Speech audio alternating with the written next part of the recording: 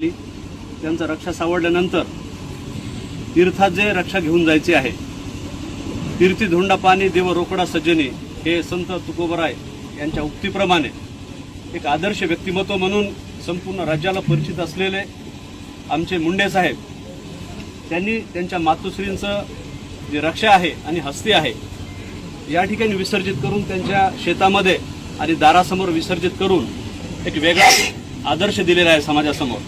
आता जे आपण बघतोय की हे निसर्गाचं चक्र फिरलेलं आहे. पाऊस आलाय, एप्रिलमध्ये पाऊस येतोय, मार्चमध्ये पाऊस येतोय आणि ह्या सगळ्या पूर्ण जग ह्या सगळ्या चक्रामध्ये जळतंय.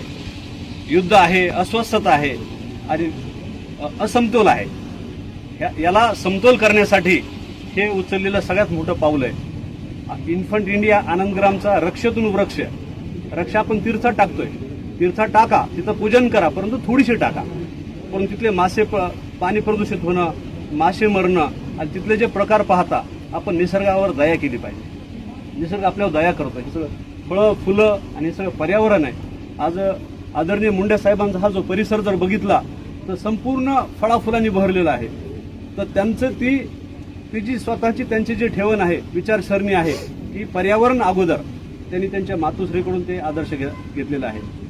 शुद्ध बीजापोटी फळे रसाळ गोमटी ही एक आदर्श माता होती. ज्या मातेने असे अधिकारी दिले, सनदी अधिकारी दिले, थोर सुपुत्र दिले, तर त्यांची सुद्धा कृती या समाजाप्रतीचं देणं लागते. म्हणून या ठिकाणी ते उतराय होत आहेत. आपण या ठिकाणी वडाचं झाड लावून मातोश्रींची हस्ती आणि रक्षाचं या ठिकाणी विसर्जन करणार आहोत. मी सर्व मायबापड्यांना विनंती करतो की आपण शांती, ओम शांती, ओम शांती, ओम शांती.